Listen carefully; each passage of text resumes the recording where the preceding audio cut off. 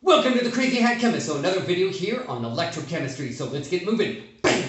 So today we are balancing electrochemical equations in number 11. We are moving fast, but we are doing lots of examples, and hopefully lots of these examples will help you out.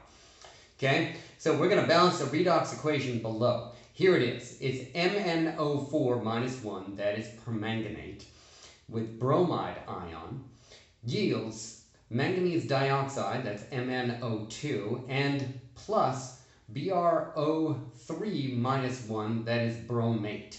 Okay, so what we need to do, like on every single problem, is assign oxidation numbers for every single element in all here. So we're going to start on that left-hand side like we always do, and oxygen is always a -2 unless it's in a peroxide, and is not right here. So from that -2 on the oxygen, and that there are 4 of them, and the charge on this polyatomic ion is -1, we're going to derive the oxidation number for the manganese, and that's a 7. The oxygen is that -2. The bromide is really easy. That's a halide ion, and it's not combined with anything else here, and the charge is right there. That's a -1. And the MnO2 on the product side, the oxide is a -2, and then therefore the manganese is going to be a positive, just like any transition metal will be, is a cation positive. And from that -2 of the oxygen, and being that there are 2 of them, that's going to be a +4 for the manganese, and then of course that -2.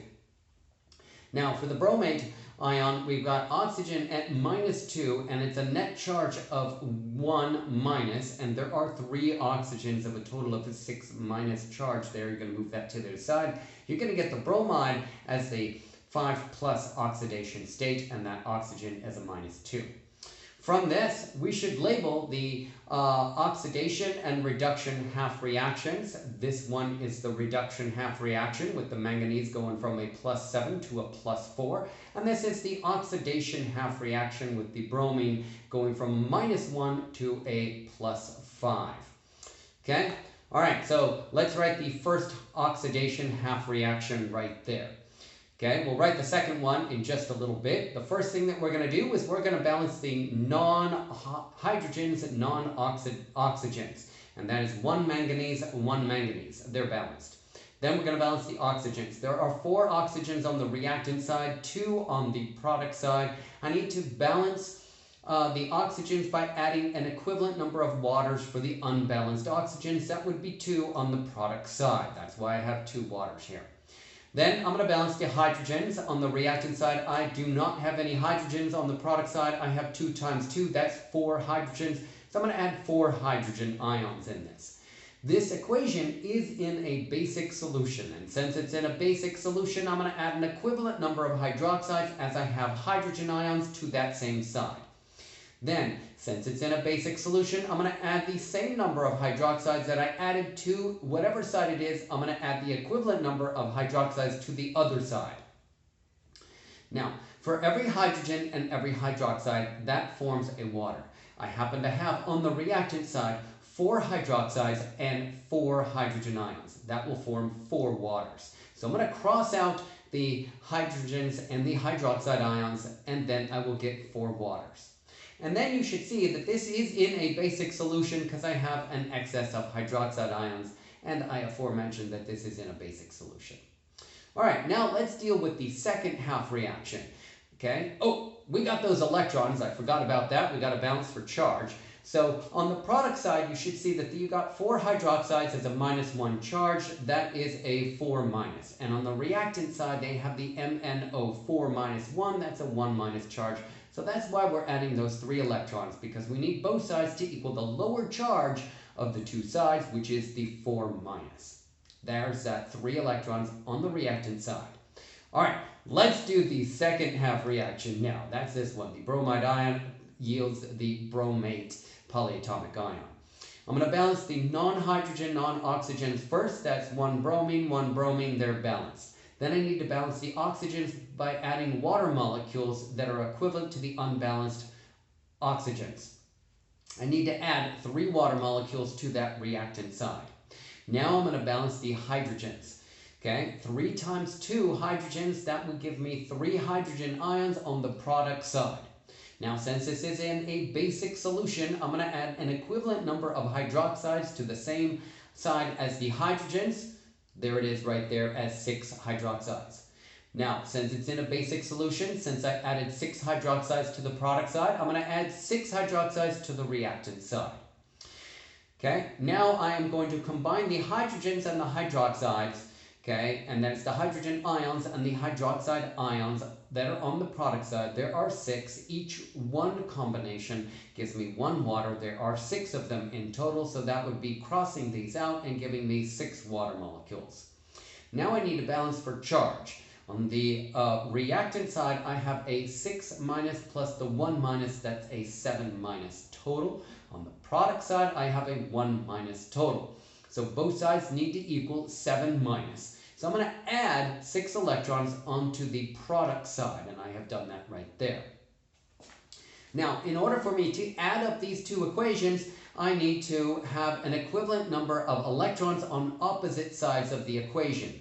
Okay, and on the top equation, which is the reduction half equation, I have 3 electrons. On the bottom equation, which is the oxidation half equation, I have 6 electrons. So I need to multiply the top reduction half equation by a 2 to get 6. So I'm going to distribute a 2 over all of the terms within that reduction half reaction.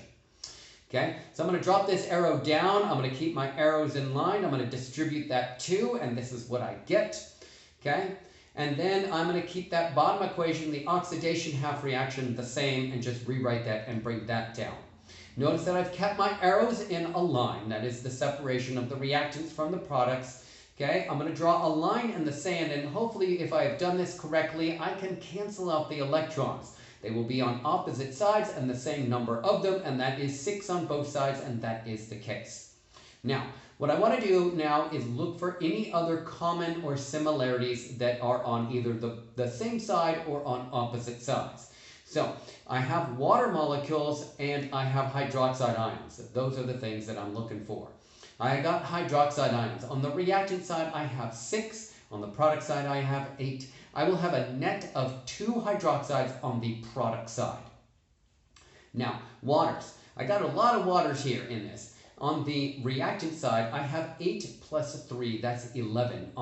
That's on the reactant side, excuse me. On the product side, I have 10. That's 4 plus the 6. So I have a net of 1 water molecule on the reactant side. There are no other similarities here, so I'm going to drop everything down, and that is what I get in the yellow right here. So again, before you carry on and turn the page, go on to the next problem, you want to make sure that you got this problem correct. And in order to do that, you need to verify the correct number of each element on both sides. So I'm going to do that here. I have 2 hydrogens on the reactant side. Okay, and I have 2 times 1, that's 2 hydrogens on the product side. Number of oxygens is 1 in the water, plus 2 times 4, that's 8. So that's a total of 9. 9 oxygens on the reactant side. How many oxygens on the product side? That's 2 times 2, that's 4. Plus the 3, that's 7. Plus the 2, that's 9. So there are 9 oxygens on the product side as well. Those are balanced. Now, the manganese. There are 2 manganese on the reactant side. There are 2 manganese on the product side. There's 1 bromine on the reactant side, 1 bromine on the product side. Now, I have only done the balancing for the mass, but the charge also balances as well. There's a net charge of a 2 minus plus a 1. That's a 3 minus charge on the reactant side. And there's a net charge of a 1 and a 2 minus, so that's a 3 minus charge on the product side. There's actually a net balance of mass and for charge. So make sure that you do that for all of them as well. Now that you've verified that it's balanced for mass and for charge, now you can label this and put the labels on there. That is, you are only labeling the reactants. That permanganate ion is undergoing reduction, and it's the oxidizing agent. Specifically, it's the manganese. The bromide ion is undergoing oxidation, and it's the reducing agent. And then you are done with that problem and ready for the next one. I am the Crazy Hat Chemist, and of course I got myself a crazy hat. And here we go. Yeah! 247, 247, hut, hut, hike! Okay, If you enjoyed that video or you like football, give me a thumbs up, subscribe to my YouTube channel, pass on my YouTube channel to anybody that's in your chemistry class that needs some additional extra help or extra problems to solve. Go to my website, get yourself a sticker, some merchandise, or maybe even a t-shirt. I will see you next time. Bye for now.